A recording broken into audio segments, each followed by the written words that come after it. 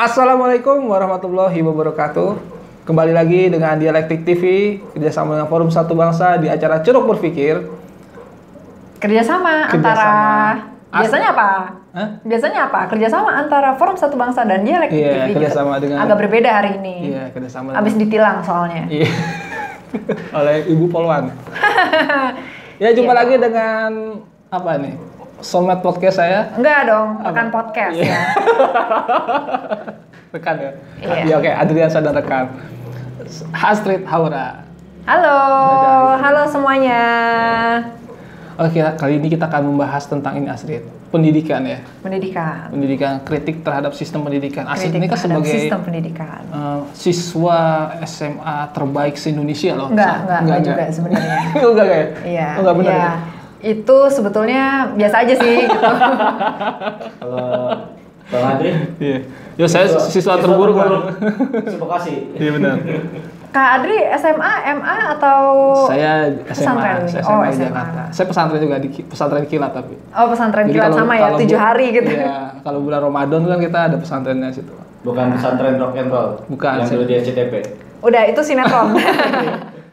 Nah kita mau tanya-tanya nih, nanti kita ada hubungan-hubungan dengan mungkin dengan pesantren dan segala macamnya atau segala macam. Menurut Astrid ini, Kenapa?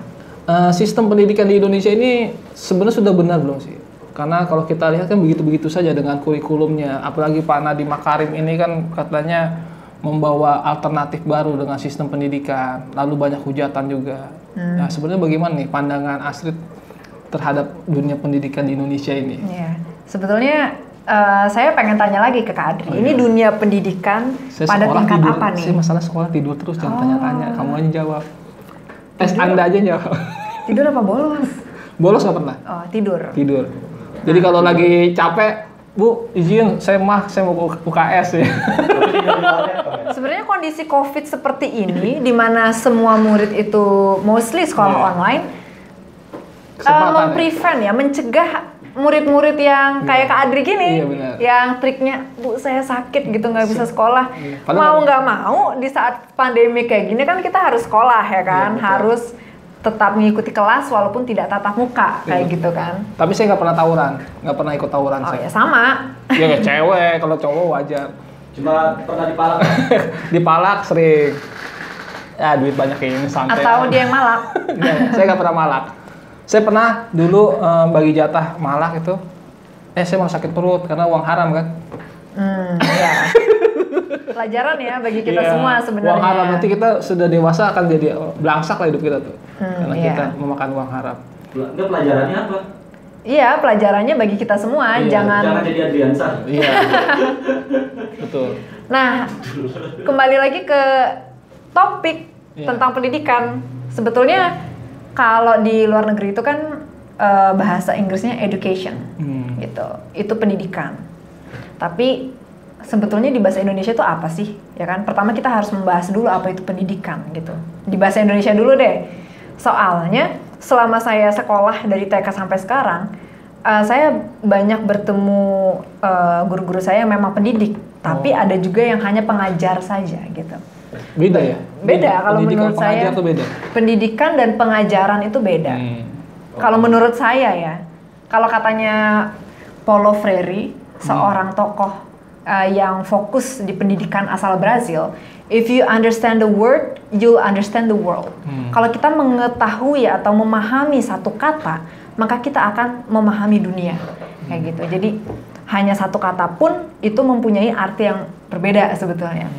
Pengajaran bisa saya bilang sebagai aksi ya, tindakan di mana seorang guru gitu ya menginfiltrasikan apa yang dia pahami, apa yang dia percaya kepada murid-muridnya, seperti itu. Tanpa adanya suatu proses diskusi yang multi arah. Nah, itu kalau pemahaman saya seperti itu ya. Tapi kalau kita mendidik ya, itu kita secara holistik tidak hanya memberikan suatu tindakan pedagogik yang berkaitan dengan teori dan knowledge atau pengetahuan, tapi juga hal-hal esensial di kehidupan kita sehari-hari seperti itu. Jadi yang berkutat di sekitar moral, nilai-nilai, ya seperti itu. Dan tentunya itu juga berkaitan juga dengan budaya di mana kita tinggal. Gitu. Itu kalau pendidikan ya, kalau menurut saya seperti itu. Lebih holistik, lebih luas, dan dampaknya tentu lebih terasa kepada murid dibanding dengan pengajaran. Nah, kalau menjawab pertanyaan Kak Adriansyah tadi, bagaimana pendidikan di Indonesia? Sejujurnya dari saya umur 2 tahun sudah masuk playgroup atau PAUD ya namanya kalau diistilahkan sekarang ini, sampai bangku kuliah itu masuknya masih pendidikan ya. Oh sekarang 2 tahun ya PAUD ya, bukan 3 tahun ya? Kalau zaman saya dulu itu playgroup masuk umur 2, itu playgroup A, playgroup B umur 3, terus TKA umur 4, TKB 5 tahun, terus kalau saya bahas semuanya seterusnya jadi CV. Jadi ya biarkan the rest is history. Itu bagus tuh, jadi kalau bikin CV dari playgroup tuh udah luar biasa. Dua tahun dari playgroup, gue 2 tahun dipinjam buat gue bangku merah. Iya, balik lagi ya tadi ya. Yang saya rasakan, pedagogi yang dilakukan oleh guru-guru saya itu mostly sih satu arah ya. Kalau istilahnya Freire itu banking education mungkin gitu. Itu yang saya rasakan. Banking education itu gimana? Banking education itu adalah suatu konsep yang diusung oleh Paul Freire, di mana seseorang itu mencoba untuk menyampaikan yang konsepnya, idenya, kepercayaannya dia, keraguan, keoptimisannya dia, terus nilai yang dia percaya dan apapun itu yang sifatnya subjektif kepada lawan bicaranya dengan tujuan supaya orang yang kita hadapi itu mempunyai suatu pandangan yang sama dengan dia, seperti itu. Jadi kalau diistilahkan juga sama Paulo Freire, murid adalah sebuah celengan. Oh, celengan. Dan itu yang terjadi di pedagogi tradisional sebelum dikritik oleh Freire dan menjadi suatu pedagogi yang kritis namanya, critical pedagogy. Seperti itu. Kalau menurut Freire, ini alternatif solusi ya dari Paulo Freire terkait dengan pendidikan.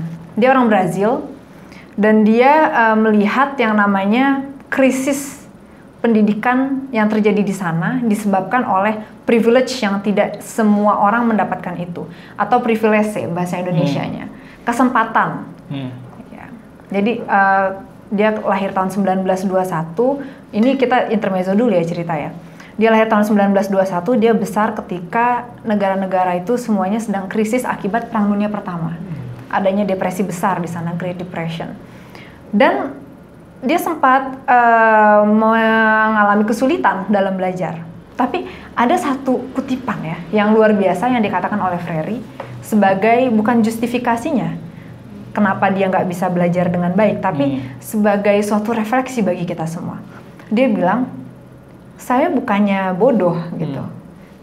Saya bukannya bodoh, nggak bisa belajar, tapi saya istilahnya gini ya, kurang lebih seperti ini, keadaan yang membuat saya tidak bisa untuk belajar seperti itu. Karena di saat itu krisis Perang Dunia Pertama itu membawa yang namanya hunger, poverty, kemiskinan dan kelaparan. Dan kalau kita lapar, kita tidak bisa berpikir dengan jernih. Akhirnya kita tidak bisa belajar. Dan akses ke pendidikan juga minim. Hanya orang-orang tertentu yang mempunyai privilege yang bisa untuk mengakses pendidikan di saat-saat genting seperti itu. Freire adalah salah satu orang yang tidak beruntung untuk bisa mengenyam pendidikan saat itu. Jadi dia saat itu bergaulnya dan berada di lingkungan orang-orang yang yang tidak punya privilege lah, seperti itu. Dari pengalaman itulah dia akhirnya mempelajari banyak hal ya, tidak hanya dari apa yang tertulis di dalam buku atau teks-teks akademis, tapi karena dia itu juga kuliah di Brazil, tapi dia juga secara praktis mempunyai pengalaman yang ekstensif berdialog dengan orang dan secara realitanya juga banyak mengalami isu-isu akibat dari kejadian eksternal gitu yang terjadi di dunia saat itu. Karena kan dari tahun 1920-an sampai 1950-an ya, setelah Perang Dingin itu kan banyak yang terjadi gitu ya di dunia ini gitu, dan dia ada di situasi tersebut sehingga itu membentuk dia menjadi seorang aktivis khususnya terkait dengan isu pendidikan. Jadi lengkap Kak Adri, dia pernah jadi akademisi di tahun 60-an ya. Dia jadi dosen saat itu, mengajar filosofi ya, terus dia sebetulnya ambilnya sih jurusannya fenomenologi di university di Brazil, tapi kemudian dia mengajar yang namanya history, filosofi seperti itu, dan dia juga menjadi aktivis bagi orang-orang Brazil yang buta aksara ya.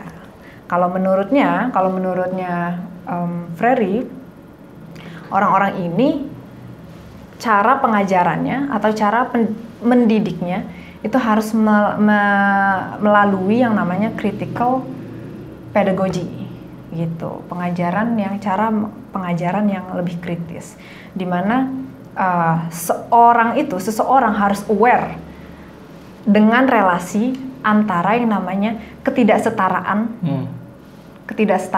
sosial kita sekarang ini dengan yang namanya kondisi politis. Jadi ada relasi kuasa antara kondisi politik dan ketidaksetaraan sosial pada status quo. Seperti itu. Pendidikan masyarakat tertindas ya bukunya. Pendidikan masyarakat tertindas. Ya, itu di tahun 60-an ketika dia masih jadi akademisi dan aktivis. Seperti itu. Dan karena opini-opininya yang cukup vokal, bukan cukup lagi, sudah sangat vokal, dia sempat dicap sebagai seorang pengkhianat. Dan akhirnya dieksilkan ke Chile, seperti itu. Jadi cukup sering tinggal berpindah-pindah di beberapa negara di Amerika Selatan, Freire ini. Dan di Chile itu berpengaruh juga pemikiran sampai sekarang sebenarnya. Iya, betul. Jadi kayak gimana tuh Kak Adri berpengaruh? Jadi kalau kita tahu di Chile itu ada namanya Camila Vallejo ya. Ya. Itu seorang aktivis mantan, kalau di kita disebutkan BEM ya, wakil presiden BEM saat itu dari Partai Mahasiswa Komunis. Jadi dulu ada Partai Mahasiswa Komunis. Salah satu perjuangan mereka sering turun ke jalan itu adalah pendidikan gratis, pendidikan universal. Iya. Nah itu, dan juga kemandirian ekonomi lah salah satunya. Iya. Nah, ketika dia sering bersuara di Chile itu banyak represif kan terjadi pada mahasiswa komunis ini kan. Sampai akhirnya diundang ke PBB. Iya. Dan bahkan saat itu tokoh Kuba Fidel Castro itu sampai ingin ketemu langsung dengan Camila ini kan. Iya. Sekarang dia dari BEM itu, dari gerakan jalanan itu, seorang perempuan, mungkin seumur-umur Astrid saat itu ya, masih umur 20-an gitu, sering turun ke jalan, memperjuangkan tentang pendidikan gratis, dan akhirnya dia sekarang masuk ke parlemen. Iya, berarti akhirnya jadi politisi ya? Dia jadi politisi. Dia masuk ke parlemen karena diminta salah satu politisi di sana untuk memperjuangkan itu di dalam parlemen. Iya. Dan ini luar biasa, sampai beliau dengan usia yang sangat muda sudah jadi pembicara di PBB saat itu. Iya, seperti Freire juga sebetulnya ya. Dari yang awalnya dia akademisi menjadi aktivis dan akhirnya menjadi politisi pada akhirnya. Iya. Gitu. Ini luar biasa. Itu harus diperjuangkan lewat politik, sistem pendidikan itu. Betul. Jadi lewat internal itu sebetulnya ya diharapkan akan lebih efektif. Iya. Ya, terkait dengan pembuatan kebijakan seperti itu kan, itu akan lebih manjur kalau seorang pemimpin, si pengambil keputusan, pembuat kebijakan itu mempunyai mindset yang progresif seperti itu, dan itu yang luar biasa yang dilakukan oleh Camila dan Freire seperti itu. Ya mudah-mudahan di waktu yang akan datang Kak Adriansyah bisa seperti itu gitu kan, itu doanya. Aminin dong. Amin. Saya dulu sampai sering menulis tentang salah satu tokohnya itu. Dulu zaman kuliah sih, lebih cenderung ke kiri-kiri ya. Kalau sekarang kan kita kan kiri kanan oke lah. Nah terus gini masalah pendidikan ya, pendidikan di Indonesia ini lah. Atau apakah kita masih menganut sistem bank itu tadi? Banking education. Apa kita sudah berubah atau bagaimana? Kan Astrid kan belum lama nih lulus SMA-nya. Kalau saya kan sudah lama sekali ya. Iya. Apa nggak ngerasain kan saya sekolah itu? Iya, sebetulnya gini ya. Saya sebetulnya kalau ditanya seperti ini juga agak bingung. Ini yang ditanya status quo atau ketika saya SMA, karena setiap tahun itu selalu beda yang namanya Kurikulum. pedagoginya dan kurikulumnya, seperti itu. Dan ketika saya lulus SMA kemudian masuk kuliah, it was a whole different thing. Ya kayak kuliah deh. Waktu kuliah bagaimana? Gini, kalau di Indonesia saya nggak bisa menyamakan yang namanya pendidikan kuliah dan pendidikan ketika kita TK sampai SMA. Jadi ini adalah circle yang berbeda gitu.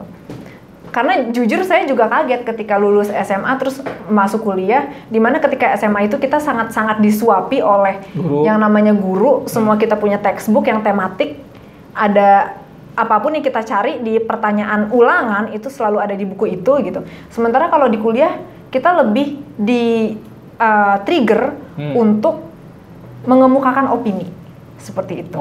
Dan opini itu sebetulnya bisa didapat kalau kita punya banyak literasi seperti itu kan. Jadi lebih dibebaskan untuk mencari tahu opini-opini lain dari tokoh-tokoh yang sebelumnya telah mempelajari hal tersebut gitu.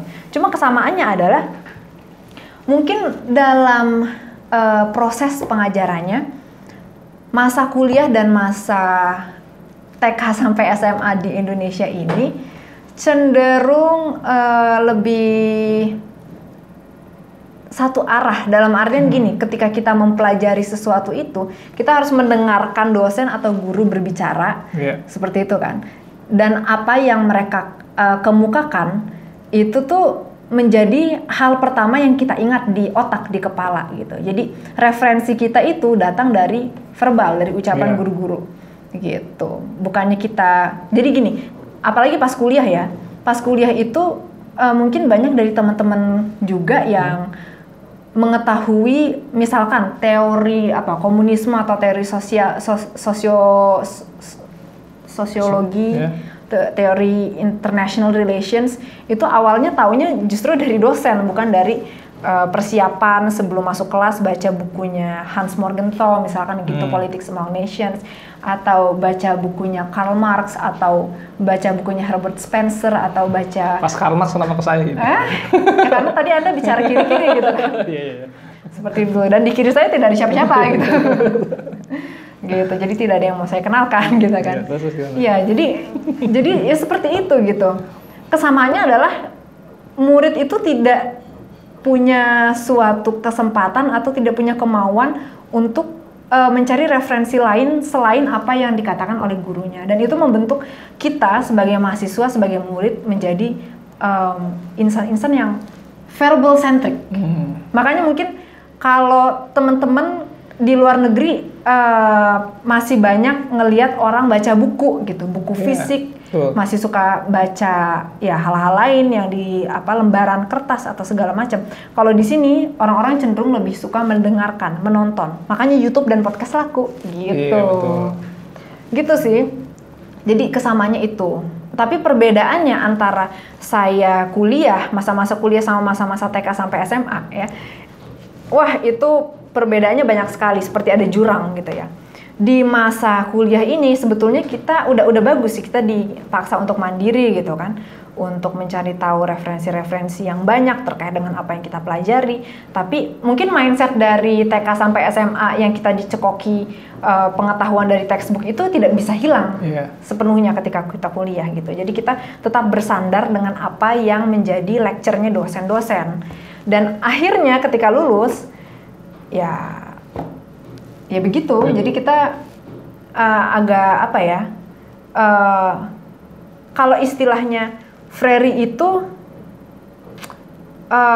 jadi Freire itu punya istilah di mana seseorang yang kebanyakan bergantung terhadap orang lain harus rutin untuk re-examine herself, harus rutin untuk mengecek dirinya sendiri. Gitu. Karena originalitas berpikir kita itu akan hilang kalau kita selalu bertumpu atau depend terhadap pikiran dan pandangan orang lain, seperti itu. Dan menurut saya itu fenomena yang lumrah terjadi terhadap anak-anak Indonesia ini yang baru lulus kuliah atau baru lulus sekolah. Karena apa yang dia percaya itu adalah ucapan orang lain, opini orang lain, narasi orang lain gitu. Ini kalau dilanjutin kita bisa bahas Michel Foucault. Iya. Nah ini menarik nih masalah tadi sebelum kita jauh ke situ ya. Kalau kita nonton film Three Idiot itu ya, yang film India itu ya. Iya, belum nonton. Oh, belum nonton.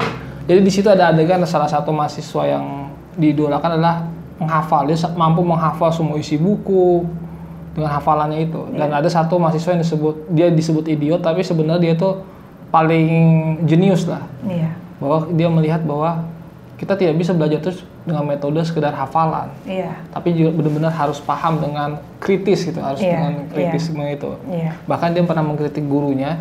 Iya. Kata dia bilang ini pulpen saya tintanya terbuat dari alat yang canggih. Pokoknya alat yang canggih pulpen saya. Bisa menulis di bulan walaupun tidak ada gravitasi. Iya. Katanya seperti itu. Menghabiskan berapa dolar ya? Iya, menghabiskan berapa dolar. Lalu si murid jenius ini yang katanya idiot, dia bilang ini, buat apa Pak? Apa Bapak membeli pulpen semahal itu buat menulis di bulan atau di luar angkasa? Pakai pensil saja Pak. Langsung Bapak itu marah kan. Nah itu menunjukkan bahwa kita itu dipaksa harus sesuai dengan pemahaman dosen. Yang kedua juga konsep hafalan itu. Iya. Kalau menurut Astrid bagaimana? Nah, menurut saya itu banking education itu tadi. Oh, itu. Iya, dan apa yang coba diinfiltrasikan oleh pengajar, mau itu konsep, nilai, pandangan, keraguan, apa yang kita percaya, apapun itu yang subjektif, akhirnya akan menciptakan yang namanya absolute knowledge, absolute truth. Padahal nggak ada. Kebenaran itu kan semuanya relatif. Iya. Gitu kan, semuanya hanya opini aja gitu kan. Nah, kalau kita selalu bertumpu sama yang namanya guru atau textbook gitu, ya pada akhirnya kita tidak akan berinovasi kalau menurut saya gitu. Karena cara pengajarannya ya ibaratnya selalu orderly gitu loh. Nggak ada ide gila di situ. Bahkan kalau dulu saya waktu kuliah ya di salah satu universitas ya, itu kan ada dosen bilang gini, kamu tahu konsep ini dari mana gitu? Ya saya dapat dari ini Bu, dari jurnal internasional gitu. Yeah. Terus saya juga diskusi sama di luar kampus gitu. Yeah. Nah dia lihat kan ternyata referensi dosen-dosen saat itu adalah buku-buku Josh Ritzer misalnya contohnya itu hanya itu aja sampai dari zaman saya semester 1 sampai dia lulus kan. Hanya satu buku itu saja, patokannya itu. Padahal teori-teori sosiologi itu terus mengalami perkembangan. Bahkan kalau kita tahu teori karismatiknya Max Weber itu sekarang sudah ada tokoh-tokoh berikutnya yang mengembangkan teori itu ya. Sudah ada neo-neonya ya, kritik-kritiknya. Tapi ternyata di kampus itu hanya diajarkan yang konsep ini, yang lama, yang klasik-klasik itu. Artinya tidak ada perkembangan. Nah ini saya lihat berarti ada suatu bentuk hierarki di situ ya. Dari kalangan dosen, mahasiswa, bahkan tingkatan dosen pun juga ada hierarki intelektual. Betul. Bukan berdasarkan kapasitas keilmuannya, tapi jabatannya. Betul. Misalnya dosen tidak bisa lebih pintar dari doktor atau tidak bisa lebih pintar dari dekan, profesor, guru besar gitu. Seperti itu. Nah ini menarik. Ini menarik banget. Jadi kalau Paulo Freire dia bilang dalam mengajari seseorang, dalam mendidik seseorang gitu ya, to educate someone itu kita harus leveling up yang namanya critical awareness. Kita harus meningkatkan critical awareness kita menjadi suatu konsep yang diistilahkan sebagai conscientization gitu. Jadi conscientization ini kurang lebih ya seperti relasi antara aksi dan refleksi dan pembelajaran seperti itu. Ya sebetulnya simpelnya gini sih. Jadi apa yang kita pelajari itu semuanya kan nggak hanya dari teks, bukan dari realitas sosial, kita juga bisa belajar seperti itu kan. Kita gimana pun caranya kita harus bisa merefleksikan hal tersebut gitu. Terus kita pelajari dan kita pahami bagaimana mengatasi hal tersebut, bagaimana cara merespons hal yang seperti ini, terus dengan cara apa seperti itu. Hal-hal yang merefleksikan ya, bukan sekedar menghafal aja. Iya, dan itu kan akhirnya jadi praksis kan. Ya, nah ada satu lagi sebetulnya konsepnya Freire yang menyambung ke Adri tadi, namanya dialog. Oh, dialog. Nah, dialog itu adalah proses yang kalau menurut Freire sifatnya equal atau setara. Ketika kita dialog, bertukar pikiran, seseorang atau lebih ya, seseorang dan satu orang lagi atau lebih ya kan namanya dialog ya, harus tunduk kepada satu persyaratan yang esensial. Dan persyaratan itu adalah yang namanya equality, mutuality. Harus setara ya. Setara. Dan setaranya itu dalam bidang apa gitu. Mutual respect itu yang pertama. Kita harus menghargai satu sama lain. Tapi di kampus tuh jarang seperti itu. Nah, itu adalah masalah berarti. Saya pernah dibantah oleh salah satu guru besar. Kamu tidak tahu teori ini? Saya tahu Pak, karena saya penelitian langsung. Dan dia cenderung ngegas gitu. Jadi akhirnya beberapa teman bilang, udahlah ngalah aja biar dapat nilai 90 gitu kan. Iya. Ya udah akhirnya begitu ngalah ya benar dapat 90. Banyak yang melawan, itu nilainya turun. Karena banyak kebaperan-baperan di kalangan intelektual itu bahwa dia nggak mau dibantah dengan orang yang di bawah dia seperti itu. Nah, tadi berarti pendidikan itu harus setara ya? Setara. Setara ya dalam arti harus ada yang namanya mutual respect atau saling menghargai. Yang kedua, mutual love. Love dalam hal ini diartikan Freire sebagai yang namanya mutual care atau kepedulian yang setara gitu, yang sama berat ketika kita berikan dan sama berat ketika kita terima, dan komitmen gitu, mutual commitment. Artinya kita berarti mendidik terus dengan cinta ya, bukan dengan kekuasaan tadi. Betul, dan jangan dengan opresi. Oh iya. Seperti itu. Kita belajar dari Freire gimana dia bisa mendidik orang-orang yang sudah dewasa dan buta aksara sehingga 2 juta orang di Brazil tahun 60-an awal itu bisa baca pada akhirnya dalam waktu 45 hari. Tentu dengan pedagogi yang kritis tadi yang coba untuk diperkenalkan oleh Freire saat itu. Ya, luar biasa ya. Kalau saat itu, kalau sekarang ini kan banyak yang sudah tua-tua tidak mau sekolah lagi itu ya, malu ya. Iya. Sebetulnya gini, belajar itu jangan diartikan sebagai cara kita untuk mendapatkan gelar. Wah, atau ijazah, gitu ya? Ya kan? Kalau katanya Rocky Gerung, ya kan? Gimana kata Rocky? Kalau katanya Rocky Gerung, seingat saya, kalau kita mau usaha, kalau kita intinya gini, dia itu kan S1-nya nggak lulus ya? S1 lulus, S2, S3-nya yang oh iya, oke, S1-nya lulus, S2, S3 nggak lulus.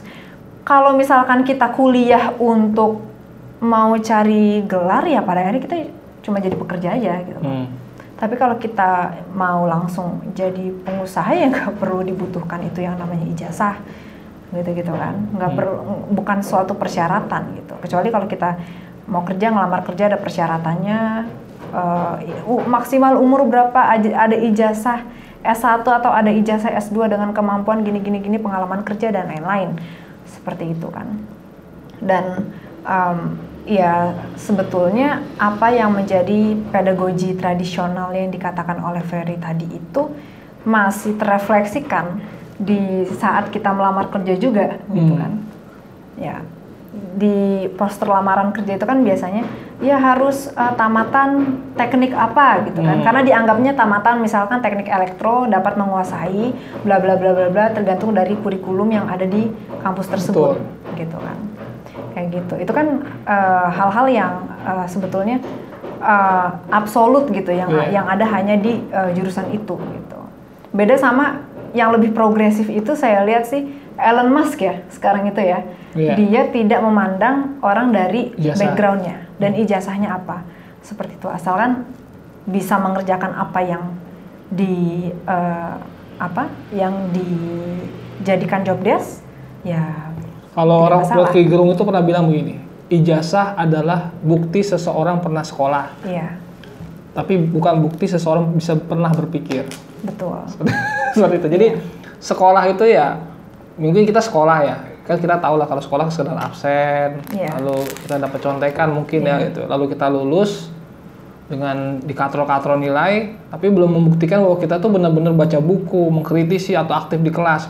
Mungkin Astrid tahu lah kalau zaman kita kuliah dulu, yang aktif di kelas untuk adu argumen mungkin hanya 2-3 orang atau nggak mungkin tidak sampai 5 orang gitu. Dan sebetulnya harus dipertanyakan lagi, kenapa dia aktif beradu argumen di kelas? Apakah karena mau cari muka sama dosennya? Atau memang mau berdiskusi gitu? Atau dia cuma sekedar ngegas biar kelihatan pintar gitu? Iya. Atau karena dia calon ketua BEM? Iya, harus dipertanyakan lagi gitu. Ya kalau kita berpikir suatu pemikiran yang kritis, kita harus mindsetnya kritis juga dong Kak Adri gitu kan. Hari ini Betul. kita bicarain Frery nih soalnya, jadi Tapi kita kan harus bukankah terus dengan menggali. adanya orang-orang sok tahu itu jadi perdebatan itu jadi terbuka, jadi orang-orang yang punya literatur ini kan jadi kadang-kadang takut gitu loh. Kalau saya kan berani ya orangnya, kalau ada orang sok tahu tuh saya bantah-bantah gitu kan. Iya. Karena saya baca buku, tapi banyak juga teman saya yang baca buku karena takut di ngotot-ngototin begitu, jadi takut juga. Iya, sebetulnya nggak ada suatu hal yang sepenuhnya buruk gitu kan. Saya percaya itu. Oh gitu. Setidaknya walaupun ya sedikit aja pasti ada baiknya. Ada baiknya. Dan terkait dengan perkataan Kak Adri tadi, bukannya bagus ya kalau misalkan ada orang yang sotoy-sotoy gitu jadinya memantik orang lain untuk bisa bersuara juga, atau mungkin untuk menambah pengetahuannya dia juga, walaupun belum tentu apa yang dia dengarkan itu adalah sesuatu yang sesuai dengan apa yang di buku gitu kan. Belum tentu juga, karena Makanya di situ kan tugas dosen sebenarnya. Iya. Ini yang benar yang mana, yang ini yang benar yang mana. Jadi dosen itu lebih kayak panelis saja gitu, bukan sebagai, daripada dosen sekedar bicara, mahasiswanya diam, pulang gitu. Iya. Tapi kan lebih baik kan ada perdebatan seperti itu. Kalau benar nggak sih? saya setuju aja sih Kak Adri. Karena yang saya bilang tadi kan ada dampak positif dan ada dampak negatifnya. Dampak negatifnya mungkin untuk orang-orang yang terusik dengan orang-orang yang sok pinter dan sok tahu, jadi akan males untuk bergabung dalam diskusi. Betul. Tapi kalau ada orang yang mungkin lebih terpantik untuk lebih terbuka dalam mengemukakan pikirannya, ketika mendengar adanya perdebatan, debat kusir seperti itu ya mungkin akan bisa lebih meramaikan suasana dan akan tercipta suatu dialog gitu, dialektika yang bervariatif gitu. Gitu, bervariasi gitu. Ya, dan itu adalah esensi dari yang namanya dialog multi arah, hanya satu arah. Seperti tadi yang kita omongin di awal kan. Lebih seru kayak gitu sih sebenarnya. Jadi kita butuh orang-orang yang sotoy. Seperti itu. Ini kan terkait anak-anak soto ya. Pernah dulu suatu hari di kampus itu kan ada gerakan menolak Hizbut Tahrir Indonesia gitu ya. Iya. Nah kemudian saya bilang gini, kenapa kita harus menolak Hizbut Tahrir dengan cara demo atau kekerasan? Kenapa nggak kita ajak mereka yang semester 1 yang baru daftar itu untuk dialog? Kenapa gagasan mereka seperti itu? Dan saat dikumpulkan di taman itu yang menolak itu juga tidak bisa berargumen juga, hanya menolak ikut-ikutan. Nah, akhirnya kan salah satunya kan saya dulu ikut debat di situ kan. Debat itu artinya ya dia punya pandangan, saya punya pandangan, diadu di situlah. Ya akhirnya memang tidak ada yang ikut akhirnya kan, tidak ada ikut ke HTI itu kan, karena masuk akal lah pandangan saya gitu. Nah, di sini kan ada penguatan literatur itu dialog sebenarnya.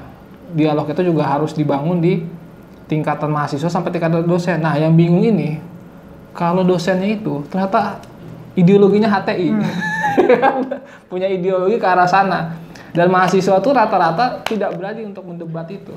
Iya. Nah, karena ada hierarki itu. Nah, konsep hierarki di kampus ini bagaimana menurut Asri? Konsep hierarki di kampus ya. Iya. Menghambat seseorang untuk bisa mengakses pengetahuan. Tapi kan orang takut loh untuk mendebat dosen, takut dengan nilai misalnya. Ya berarti ada yang salah dengan sistem pendidikan kita. Sistem penilaian itu berarti salah gitu. Mengkuantitasikan nilai itu sama dengan menilai seseorang pinter atau enggak.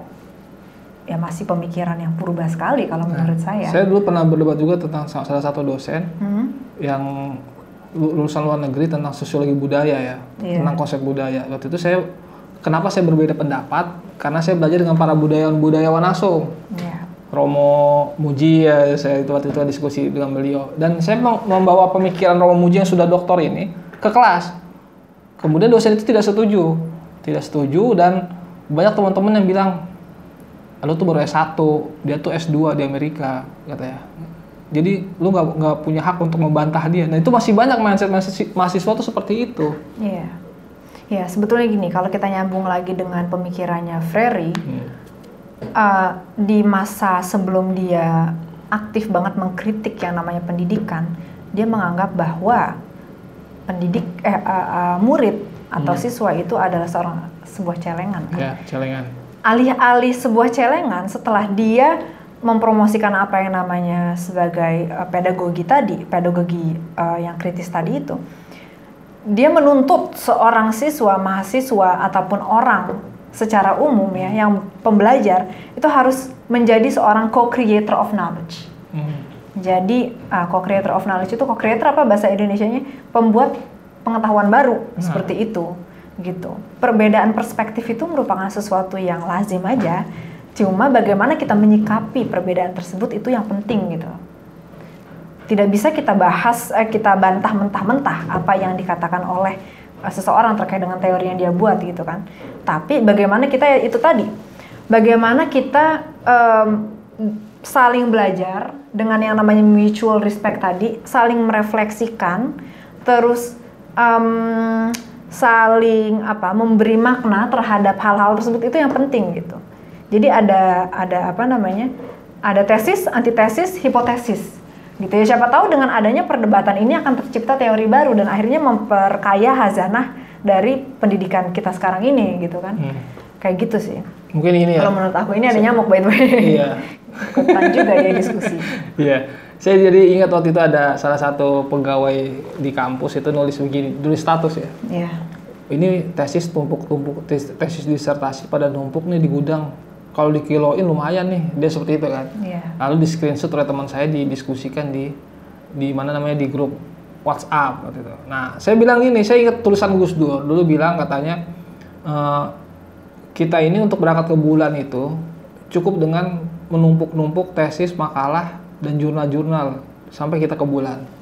Sedangkan di luar negeri itu di Amerika atau mungkin Rusia itu ya, cukup dengan satu kapsul mereka bisa pergi ke luar angkasa.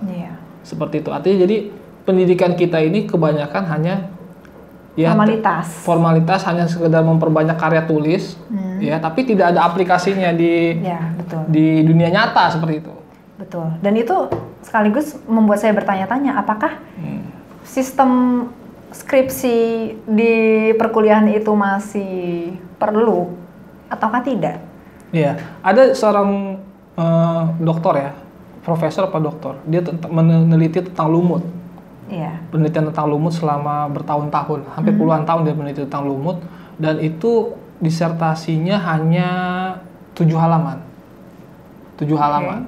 Terus? Dan itu dapat nilai A dan itu diapresiasi sekali di kampus di luar negeri itu. Sedangkan kita kan harus ada halaman itu 150, ketipisan segala macam. Padahal kalau intinya itu sudah bisa diselesaikan 20-30 halaman ya buat apa panjang-panjang lagi ya. Sisanya kan bertele-tele gitu. Nah, pendidikan kita lebih arahnya ke sana. Jadi akhirnya muncul akademisi-akademisi yang banyak ngomong tapi isinya tuh cuma sedikit atau bahkan tidak ada isinya gitu. Hanya gayanya saja bicara. Betul. Ya, setuju karena ya apalagi sih skripsi anak S1 ya. Itu kan kadang-kadang dosen kalau mau meriksa kan, ini sumbernya dari mana nih? Ini tambahin ya ini. Pertanyaan saya sebenarnya perlu nggak sih kita tambahin itu? Atau sebetulnya dosen itu mengkritik karena nggak tahu mau memberikan opini apa gitu kan? Akhirnya untuk menjaga wibawanya harus ditambahin ini. Jangan lupa dari siapa ya? Karena kamu baru anak S1, nggak bisa mengutip nggak bisa mengemukakan opini yang pribadi gitu, jadi harus dari kutipan tokoh gitu kan, seperti itu gitu. Jadinya kreativitas kita dalam yang namanya meneliti pun, walaupun kita punya sistem pendidikan yang sebagai syarat lulus harus pakai penelitian skripsi, itu jadinya lemah gitu Kak Andri. Sekarang banyak banget kita lihat sarjana-sarjana S1 ya di Indonesia yang baru lulus. Besok juga pasti ada yang baru lulus, besokannya lagi ada yang baru lulus lagi, besokannya lagi ada yang lulus lagi. Banyak banget sarjana di Indonesia, tapi seberapa banyak yang memang bisa meneliti, yang bisa menulis seperti itu, dan akhirnya bisa mengaplikasikan itu seperti di luar negeri.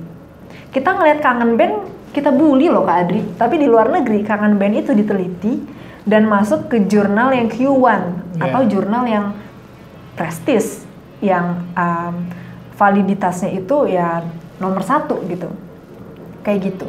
Jadi ya kalau menurut saya ada yang salah di Indonesia ini gitu. Karya tulis banyak banget, skripsi memang bener numpuk-numpuk di perpustakaan kampus kita juga banyak kan. Cuma ya seperti arsip aja, dalam artian gini, arsip penelitian yang udah lama, recycled paper, nggak ada hal baru yang diangkat, novelty. Ada, nggak semua skripsi kayak gitu, tapi mungkin saya bisa bilang kalau di Indonesia itu banyak yang seperti itu ya. Nah, bahkan kualitas itu sudah kalau dulu, ini kan saya ngomong Gus Dur terus ya, karena saya udah lama juga penggemar Gus Durian. Saya bukan Gus Durian. Kalau Gus Durian itu lebih ke ideologis Gus Dur ya. Tapi saya lebih membaca artikel-artikel bahkan mengkritik. Kalau udah mengkritik berarti udah bukan ini lah. Sudah bukan ideologis ya gitu. Artinya banyak pandangan-pandangan Gus Dur juga yang saya lakukan kritik di situ. Nah, beliau tuh mengatakan bahwa nanti akan ada pergeseran antara orang yang berdasarkan kualitas, segala sesuatu dinilai berdasarkan kualitas, tapi itu akan bergeser ke berdasarkan koneksi. Jadi hubungan, sepinter-pinternya atlet kalau tidak punya koneksi, tidak akan bisa jadi apa-apa. Nah, akhirnya di situ istilahnya nepotisme seperti itu. Nah, itu akan membuat bangsa kita ini akan semakin mundur. Bahkan konsep politik yang meritokrasi itu tidak akan terwujud. Makanya kan konsep kita kan semua kan oligarki ya, siapa yang dekat dengan pengusaha, siapa yang dekat dengan partai itu. Nah, itu semuanya berdasarkan koneksi di situ. Bahkan kalau jadi dosen, jadi naik pangkat itu kan juga ada. Kalau kita tahu kalau di UIN itu jatuhnya seperti itu. Kalau nggak HMI, PMI aja jadi rektor. Bukan berdasarkan meritokrasi. Nah, meritokrasi, kualitas dari orang itu. Iya. Ini kan berarti kita bicara terkait dengan ketidaksetaraan kan. Siapa yang punya koneksi dan siapa tidak punya koneksi. Betul. Dan kesempatan yang didapatkan seperti apa. Tapi ya itu berarti kan privilege juga kan masuknya kan. Privilege itu sebetulnya faktornya ada banyak. Jadi ada yang terkait dengan privilege banyak koneksi, ada yang mungkin privilege-nya dia itu orang tuanya berduit jadi bisa menyekolahkan anaknya sehingga dia bisa pinter, bisa kuliahnya lanjut sampai S1, S2, S3, habis itu dia bisa diterima jadi peneliti di NASA misalkan kayak gitu. Itu kan privilege kan. Mungkin juga ada orang yang sebetulnya secara otak kualitasnya itu bagus banget, tapi karena dari kecil dia tidak diasup karbohidrat, protein, vitamin dan segala macam itu tidak memadai. Kayak saya tuh, ya terus. Sehingga emang malas makan. Ke depannya, ketika dia bertumbuh, dia akan kalah dengan orang-orang yang mempunyai privilege kecukupan vitamin, mineral, nutrisi dan lain-lain itu terjaga kayak gitu. Jadi tidak hanya koneksi sebetulnya, privilege lain seperti akses terhadap pendidikan, akses terhadap kesehatan, akses terhadap pangan itu juga menentukan. Dan di mana kita tinggal itu juga menentukan. Kita nggak bisa milih kita lahir dari orang tua siapa, kita lahir di kota apa, kita bakal tinggal di mana, tapi itu menentukan sekali, kayak gitu. Tapi banyak loh orang-orang sukses kayak Jack Ma itu kan juga tidak lulus di Harvard, berapa 10 kali daftar tidak lulus. Melamar di KFC teman-temannya lulus, dia tidak lulus gitu. Tapi justru dengan kegigihannya, dengan inovasinya dia tuh berhasil jadi orang yang paling kaya di Cina saat itu. Dan bahkan juga banyak orang yang tidak lulus S1 juga menjadi orang terkaya juga di dunia. Iya, sebetulnya ya gini. Apa tadi kata Kak Adri? Apa tuh? Enggak, tadi mau ngomong apa? Iya, banyak orang-orang yang tidak lulus kuliah tuh sukses gitu. Terus Pertanyaannya justru banyak orang yang lulusnya kuliahnya selesai, justru biasa-biasa saja ekonominya, malah susah loh hidupnya. Iya. Itu bagaimana? Pertama, cerita-cerita yang kalau saya bilang itu fairy tale ya. Gimana tuh fairy tale? Orang-orang yang sukses, baca deh biografinya. Pasti ada yang namanya kisah-kisah di mana dia lagi susah, terus tiba-tiba dia berusaha bangkit lagi. Akhirnya jadi sukses, atau awalnya sukses terus turun tiba-tiba bangkrut apa gimana terus dia sukses lagi karena dia berusaha dan lain-lain. Temanya selalu itu jadi pertanyaannya apakah orang untuk jadi sukses itu polanya seperti itu atau enggak gitu. Dan seberapa banyak sih, berapa persen orang yang seperti itu dan kehidupannya tak bener terjadi nggak sih gitu. Cerita-cerita kayak gitu tuh kayak ngejual Kak Adri. Jadi honestly, saya sih nggak terlalu percaya dan nggak terlalu takjub ya sama cerita-cerita yang kayak gitu. Karena kita jujur-jujuran aja di realitasnya. Berapa orang yang kayak Bill Gates gitu ya? Iya, banyak orang yang bekerja keras, banyak juga orang yang punya effort, semangat yang luar biasa tinggi. Tapi seberapa banyak yang jadi Jack Ma? Seberapa banyak yang jadi Jeff Bezos? Kan kayak gitu, realitasnya gitu. Ya jadi nggak bisa kita apa ya. Tapi cerita itu ngejual sih. Dan seperti yang saya bilang tadi, ada yang namanya sisi positif, ada sisi negatif. Walaupun saya sendiri tidak terlalu srek sama cerita-cerita kayak gitu, tapi kalau misalkan itu bisa membuat teman-teman lain yang baca itu, pembaca jadi bersemangat, terpantik gitu untuk lebih bekerja keras, ya why not? Kenapa? Tapi itu kaitannya bisa gini ya. Tadi kan bilang IQ, mungkin IQ-nya Mark Zuckerberg terus Elon Musk itu sebenarnya biasa-biasa saja ya, sama aja dengan IQ orang pada umumnya. Tapi yang membedakan mereka dengan yang lain adalah mindset mereka gitu. Ya, sekolah ini membentuk mindset gak sih sebenarnya? Kita bahas satu-satu dulu ya. IQ itu kan sebetulnya indikator dari kecerdasan kalau kita pahami sekarang. Cuma dari sejarahnya dulu itu IQ kan dibuat untuk mengetes. Kalau nggak, ini sepertinya ya bisa dicek lagi. Saya pernah baca IQ itu kan pertama dibuat sebagai suatu tes untuk mengetahui seorang anak dengan kebutuhan khusus ya, kayaknya gitu, coba dicek lagi. Itu bisa mempunyai kapabilitas yang seperti apa, kayak gitu. Terus ya karena apa ya, mungkin karena semakin populer di Amerika Serikat, terus mempunyai kaitannya juga dengan kapabilitas seseorang secara intelektual, akhirnya menjadi penentu atau indikator kuantitasi orang seintelijen apa, gitu. Jadi kalau terkait dengan IQ, saya juga nggak terlalu percaya sama yang namanya IQ-IQ-an itu. Itu satu. Terus terkait dengan mindset, mungkin bukan mindset tapi kebiasaan. Bagaimana seseorang itu punya kebiasaan sehari-hari dan mungkin keberuntungan seseorang itu. Gitu ya. Kalau kita lihat banyak banget kok orang yang kerja rajin pagi-pagi, mindset percaya bahwa kita akan sukses, kita akan bahagia, kita akan tidak pernah melakukan kesalahan dalam bekerja gitu. Tapi seberapa banyak yang berhasil gitu, tidak melakukan kesalahan, terus-terusan sukses tanpa adanya kegagalan, nggak banyak gitu. Jadi yang namanya Bill Gates, Mark Zuckerberg dan lain-lain itu pasti ada faktor lainnya, faktor X, yang mungkin itu bisa bersifat keberuntungan atau ya privilege tadi, dia punya network siapa, dia punya keruntuhan duren, punya akses kemana karena apa gitu, itu hal-hal yang lumrah terjadi lah, seperti itu. Ya kalau kita lihat aja sekarang gitu kan, yang menguasai dunia itu kan selalu orang yang itu-itu aja, dalam artian di lingkaran yang sama, kayak gitu. Tapi bisa juga nggak sih dibilang ketika orang, ibarat kita gini ya, kenapa orang yang pendidikannya tidak tinggi itu lebih cepat sukses itu karena orang yang pendidikan tinggi, misalnya S1, S2, S3 itu terlalu menganalisis segala sesuatu. Ini kata-kata yang tadi buku-buku populer, apa-apa tuh dianalisis, apa-apa itu banyak takut, apa-apa itu harus akurat. Sedangkan orang-orang yang optimis atau orang-orang yang tadi itu yang sih gak perlu kuliah, yang penting saya optimis. Mereka tuh banyak mencoba dan banyak gagal, sampai akhirnya mereka punya pengalaman yang banyak dan itu sukses lebih cepat dibanding orang yang kuliah. Segala sesuatu tuh dianalisis harus akurat. Kayaknya nih kalau begini aturannya begini gitu. Akhirnya mereka lebih takut mencoba gitu. Atau gini juga, gengsi juga. Misalnya masa sih S1 jualan bakso gitu. Masa sih S1 jualan cilok misalnya atau jualan mainan gitu. Harusnya kan kerja gitu. Nah, itu menurut Asyid jualan gorengan. Iya. Gitu. Konstruksi ya, jadi konstruksi sosial ya, seperti itu ya.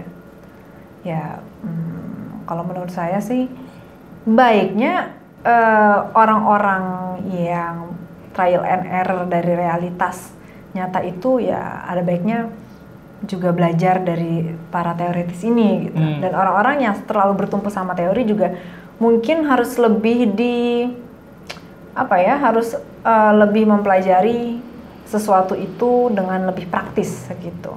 Jadi ya kombinasi kedua hal ini adalah jawaban sebetulnya. Tapi kan masalahnya hanya orang kan kadang-kadang cuma percaya ini secara teori nggak bisa nih, it's impossible to do this thing kayak gitu. Atau orang-orang yang mungkin percaya jalan aja dulu deh, ntar gimana hasilnya, Tapi mereka tidak memperhatikan yang namanya risiko dari apa yang kita ambil gitu, apa yang kita lakukan gitu kan. Terus tidak bertumpu sama teori, itu akhirnya juga sama aja gitu. Jadi kita harus menjadi seorang yang berpengetahuan dan seorang yang risk taker gitu, yang berani dan berpengetahuan. Yang berani dan berpengetahuan. Iya. Nah, ini menarik nih. Terus jadi memang harus seimbang sih Kak Adri. Di saat kita berani untuk terjun ke lapangan langsung dan mengambil risiko untuk melakukan suatu hal, kita harus tahu dasar kita apa. Gitu. Dan dasar seseorang melakukan sesuatu itu kan bisa disebut juga dengan teori. Ada alasan-alasannya, ada konsep-konsepnya yang kita percaya, gitu kan. Saya menarik kata-kata Anthony Robbins. Dia di bukunya itu kan, bukunya tebal sih ini. Itu saya sudah baca habis. Nah, beliau mengatakan bahwa orang yang awam tuh biasanya tuh mereka mencoba dulu, gagal gitu sampai berhasil. Tapi ada orang-orang tadi itu seimbang antara ilmu pengetahuan dengan keberanian ya. Dia tidak perlu mencoba-coba dulu, tapi cukup mempelajari orang lain. Iya. Artinya cukup mencontek, ini orang ini gagal karena ini, orang ini berhasil karena ini. Jadi dia cukup mencontek gaya mereka. Artinya cukup cari mentor yang sudah sukses, dimentori, dan dia akan berhasil di situ. Iya. Artinya kan di sini harus imbang juga. Jadi tidak sekedar modal nekat ya. Kalau Bob Sadino itu kan menurut saya itu bahaya juga, terlalu modal nekat kalau dicerna mentah-mentah ya, bahwa kita tuh buka aja dulu usaha gitu kan. Tapi kita gagal juga kita berhasil. Itu kan butuh berapa kali lama. Kan nggak semua orang yang mentalnya kuat sekuat Bob Sadino itu. Ada yang orang udah gagal 2 kali, udahlah gue nggak bakat di situ. Dan satu lagi, narasi-narasi seperti itu tuh menjustifikasikan suatu relasi kuasa yang lebih tinggi terhadap orang-orang yang alpha male atau alpha female. Nggak semua orang itu alpha loh. Ada alpha, ada beta gitu kan, yin and yang gitu. Kalau semua orang alpha, siapa yang akan jadi beta? Kalau semua orang pemimpin, siapa yang akan dipimpin kayak gitu kan? Jadi menurut saya memang harus seimbang semuanya. Jadi jangan kita terlalu radikal dalam melakukan sesuatu gitu, tapi jangan juga kita terlalu lemah dan mudah untuk dipengaruhi. Kalau istilahnya Freire itu, saya lupa tadi ya istilahnya, tapi sekarang saya ingat lagi, Easter identity ya, kalau nggak salah itu ada Easter-Easternya, Easter identity. Ya, seperti itu. Jadi memang teori dan praktik itu banyak orang yang menganggapnya sebagai dua hal yang kontras, tapi sebetulnya berkaitan erat satu sama lain. Seperti itu.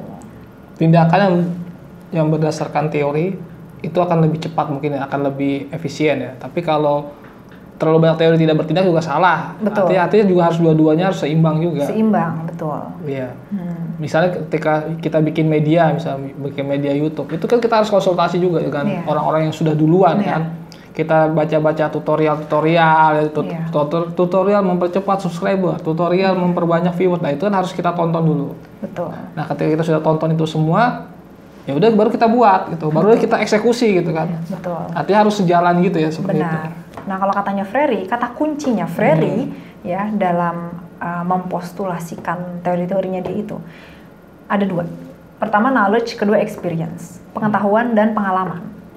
Gitu. Jadi pengalaman itu ya bisa berbagai hal, dari mulai yang praktis yang kita terjun langsung ke lapangan, atau pengalaman kita berteori gitu kan, bisa aja kayak gitu. Atau pengalaman orang lain aja. Nah, atau pengalaman orang lain. Kita bisa belajar dari banyak hal kan, kayak gitu kan. Dan pengetahuan, ya memang sebetulnya pengetahuan itu harus dibedakan dengan pendidikan ya. Pengetahuan itu subjektif sebetulnya, kalau menurut saya. Gimana tuh? Pengetahuan beda pendidikan. Semua hal itu nggak ada yang namanya kebenaran absolut, itu nggak ada, selalu relatif gitu. Jadi ya mungkin harus sering didialektikan apa yang kita baca, apa yang kita pelajari itu harus didialektikan, kita ambil hipotesis sendiri dan didialogkan lagi gitu. Itu yang namanya kodifikasi kalau istilahnya Paul Freire gitu. Kodifikasi itu adalah metode di mana kita gathering information atau mencari informasi sebanyak-banyaknya dan kita refleksikan itu di dunia nyata seperti apa. Dekodifikasi itu sebetulnya lebih kritis lagi. Kita harus mencoba untuk menyatu dengan apa yang ada di realitas kita sekarang, kemudian kita refleksikan ulang apa sih yang kita rasakan atau kita percayai di realitas kita, terus kita mungkin bisa buat suatu teori lagi atau suatu konsep lagi seperti itu, gitu. Sampai mana tadi? Nah, seperti itu ya. Nah, itu tadi pengalaman kaitan dengan kesuksesan. Nah, ini juga dulu ada perdebatan juga di antara salah satu profesor Jepang dengan Gus Dur juga sih waktu itu. Saya baca di majalah bahwa kita itu pendidikan itu kalau tujuannya hanya cari ilmu itu berbahaya. Tapi pendidikan itu harus juga bermanfaat untuk masyarakatnya. Kalau kita tahu tadi teori Herbert Spencer adalah orang yang akan survive adalah orang yang mampu beradaptasi dengan lingkungannya.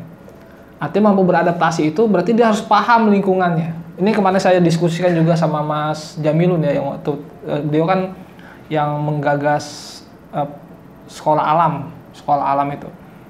Nah di situ dikatakan bahwa Mas bisa nggak sih kita itu ketika sekolah itu juga memahami lingkungan sekitar. Sehingga banyak sekarang kan orang ketika sekolah di desa tapi pelajaran-pelajaran tentang kota. Sehingga ketika mereka lulus dari sekolah, kita harus ke Jakarta, kita harus ke kota. Karena disitulah kita akan kaya. Ternyata begitu di kota juga skillnya tidak memadai, akhirnya cuma jadi buruh kasar atau menjadi cuma menjadi tukang parkir. Mohon maaf ya, kita tidak menjelek-jelekan ini. Tapi mereka ke kota itu juga tidak jadi pekerja-pekerja yang berkualitas gitu. Nah, kenapa pendidikan itu tidak dilihat lingkungannya? Jadi bagaimana ketika mereka sekolah di desa, lalu mereka membangun desa mereka gitu. Seperti itu. Jadi kan tidak ada kepadatan penduduk di kota ini gitu. Kalau menurut Astrid ini bagaimana? Ya, ini menarik ya, ketika Kak Adri bilang tadi, ketika orang-orang yang pandangannya itu metropolitan sentris ke Jakarta, terus akhirnya menjadi tadi kalau istilahnya Kak Adri involve atau bekerja di pekerjaan yang tidak berkualitas. Buruh kasar. Tadi katanya ada kayak gitu ya, yang tidak berkualitas. Kalau menurut saya, itu pemikiran tersebut adalah class antagonism, di mana seseorang menganggap pekerjaan lain itu berstrata gitu loh. Jadi ada kelasnya di situ. Dan itu banyak terjadi tidak hanya di Indonesia, tapi juga di negara-negara lain. Seperti itu. Jadi ya itu sebetulnya labeling sih ya. Maksudnya gini, seseorang bisa mungkin dianggap keren kalau dia posisinya adalah misalkan dia pemilik perusahaan atau berada di C-level tertentu di suatu struktur kelembagaan gitu. Sementara yang bukan itu tidak keren seperti itu. Itu pemikiran-pemikiran yang kalau menurut saya sih kita tidak bisa mengatakan kalau itu kurang tepat ya. Karena tidak ada yang tepat juga. Saya harus stay true ke apa yang saya bilang tadi, tidak ada yang namanya absolute truth. Tapi kalau boleh mengemukakan opini, saya tidak srek sih sama pandangan yang seperti itu gitu. Class antagonism tadi gitu. Kalau terkait misalnya gini nih, di pedesaan itu jadi kurangnya ahli-ahli di pedesaan itu, karena semuanya orang mengatakan bahwa kita harus ke Jakarta, kalau kita pintar di sini kita harus ke Jakarta, kalau kita mau sukses tuh harus ke kota gitu, ke perkotaan, bukan di sini tempatnya. Akhirnya banyak kan kalau kita ke pelosok-pelosok gitu, pelosok-pelosok pedesaan juga, yang sarjana-sarjananya juga tidak membangun desa mereka. Setelah ada dana desa mungkin ya sudah mulai banyak yang dari kota ke desa lagi kan gitu, seperti itu. Ya sebetulnya nggak salah. Jadi kadang-kadang orang itu mengatakan mindset orang desa tuh harus diubah, jangan apa-apa kota, jangan apa-apa kota. Saya nggak sepenuhnya setuju. Gimana? Yang membuat orang desa berpikir seperti itu, mindsetnya kan sebetulnya balik lagi ke pusat kan. Negaranya, pemerintahnya gitu. Iya, siapapun itu gitu. Siapapun itu. Jadi kenapa mereka bisa berpikir demikian secara masif dan itu di mana-mana? Nggak mungkin itu hanya orang di desa itu gitu yang memulai. Kenapa bisa terjadi di banyak tempat? Kita bicara Indonesia aja gitu kan. Banyak loh yang berpikir kayak gitu. Kecuali mungkin orang-orang Jakarta yang sudah di kota besar gitu. Tapi di banyak daerah lain, anggapannya masih kalau mau sukses ke Jakarta. Nggak mungkin itu terbentuk dengan sendirinya secara organik. Ada yang mengatur gitu. Dan ada sebab, ada akibat, walaupun tidak ada yang mengatur. Seperti itu. Jadi ya mungkin kondisi di desa sendiri gimana? Maksudnya infrastrukturnya memadai apa enggak? Terus juga secara ekonomi mereka kuat apa enggak kayak gitu kan? Jadi ya apa pemikiran-pemikiran progresif itu tidak bisa disalahkan juga secara one sided. Seperti itu, teman-teman dialektik sekalian. Sistem kita harus dirubah. Iya. Artinya di situ ketika orang dari desa ke kota itu kan karena memang kita pembangunan itu kan tidak merata kan selama ini kan, pertumbuhan hanya di sana. Kalau pembangunan kita merata juga, ya semua ngapain ke kota kan? Kalau bisa keahlian mereka bisa dipakai di sini gitu. Nah, dan satu lagi, ini menyambung ke pendidikan ya. Untung dibilang tadi, ada yang namanya antagonisme pendidikan kalau menurut saya. Gimana tuh? Iya, kalau bukan di Jakarta atau bukan di universitas-universitas yang top atau universitas-universitas negeri misalkan, orang itu dianggap mungkin tidak sepintar orang yang masuk PTN atau universitas top atau universitas yang di luar negeri lainnya, seperti itu. Ada istilah unggulan-unggulan itu maksudnya? Iya, ada istilah unggulan juga, PTN favorit dan segala macam kayak gitu. Dan itu juga berdampak ketika kita mungkin daftar beasiswa, cari kerja, atau mungkin mau daftar yang lain-lain, ngelamar yang lain-lain, apply yang lain-lain. Itu menurut saya ya karena yang namanya ketidaksetaraan sih. Ketidaksetaraan SDM yang ada di universitas-universitas tertentu gitu. Ketidaksetaraan fasilitas yang ada di institusi pendidikan kayak gitu sih. Jadi tercipta suatu stereotip, oh kalau anak tamatan universitas ini udah pasti nih kerjanya bagus kayak gitu-gitu. Nggak juga sih sebetulnya. Gitu. Jadi kompetensi seseorang itu terkadang banyak dijudge berdasarkan background dia, secara pendidikan itu kayak gimana, dan secara aspek-aspek lain seperti apa, seperti itu. Istilah unggulan itu ya, kampus terbaik, kampus ini ya. Betul. Sebenarnya indikator kampus terbaik itu maksudnya apa sih? Nggak tahu, emang ada ya kampus terbaik ya? Jadi kan gini tuh, kalau kita lihat akreditasi misalnya kampus-kampus unggulan itu kan berapa alumninya yang keterima di dunia kerja seperti itu. Lalu yang merumuskan itu kan juga anggota-anggota DPR ya, anggota DPR RI yang ternyata juga bukan akademisi semuanya gitu. Nah pertanyaan kan ukuran dunia kerja itu yang masuk dunia kerja ini industri ya, industri apapun ya.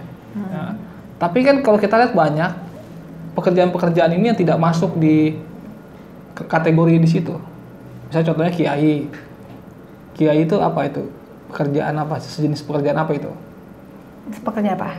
Artinya kan itu bukan suatu pekerjaan ya, tapi kan itu benar profesi ya, bukan suatu profesi tapi suatu gelar atau disebutnya ya gelar lah, julukan di masyarakat itu.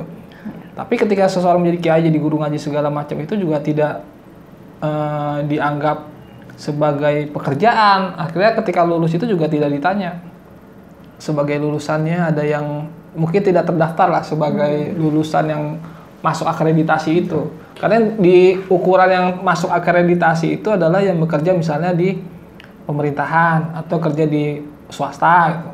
Coba dong lihat ini kerja, saya kan pernah dulu bantuin akreditasi. Coba cari senior ini, senior kamu yang namanya ini, minta surat keterangan dari tempat dia bekerja gitu sebagai data kita gitu. Nah, itu seperti apa? Dan banyak senior-senior yang saat itu tidak punya pekerjaan. Tapi ntar Pak, tadi kiai kalau profesi ntar jadinya kiai bertarif Pak. Ya betul. Kan kiai tidak mungkin bertarif gitu kan. Mereka punya pesantren, bahkan mereka ngurusin masyarakat segala macam, tapi tidak dikategorikan sebagai pekerjaan gitu. Kecuali kalau kiainya itu membangun sekolah, ya kan.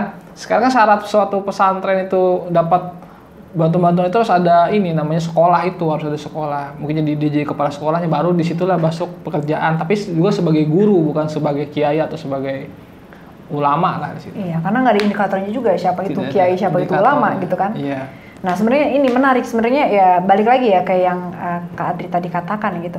Terkadang kan banyak kampus-kampus yang mendata gitu. Iya. Alumni-alumninya kerja di mana, jadi PNS kah atau di swasta kah atau di mana kayak Iya. gitu. Sebenarnya ya, kalau boleh jujur itu saya kayak ngeliat bimbel-bimbel ya yang kalau ngasih brosur nunjukin muka-muka alumninya yang masuk di PTN-PTN yang menurut mereka favorit gitu, Iya. dan Masuk menurut ITB, masuk UGM gitu ya. secara umum favorit menurut orang Indonesia seperti itu. Nggak ada nggak ada bedanya sebenarnya. Kalau kampus ngapain gitu, mungkin apa supaya apa ya? Saya jadi mencoba berpikir supaya banyak orang yang daftar kampus itu, supaya tingkat pendaftarnya itu naik, supaya mereka itu jadi lebih dianggap favorit, supaya lebih banyak orang yang memandang kampus itu ketika mau melakukan sesuatu gitu.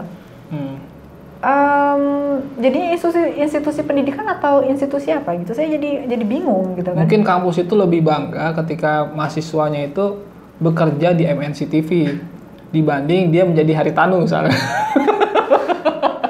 Menjadi sosok Haritanu yang pemilik itu. Bisa begitu nggak? Jadi kita lebih bangga dengan yang masuk dunia kerja, diterima dunia kerja, bukan yang membuka lapangan kerja. Kalau saya melihatnya sih itu lebih ke promosi sih, nggak lain. Sorry to say, tapi artinya ijazah lo laku gitu ya? Gitu? Iya, seperti itu in a way kayak gitu. Tapi in a way lagi kalau saya lebih percaya kalau di luar negeri itu kan ada yang namanya dana abadi tuh, kayak di Harvard dan lain-lain gitu kan. Dan untuk kuliah di sana itu mahal. Orang harus merogoh kocek yang besar gitu.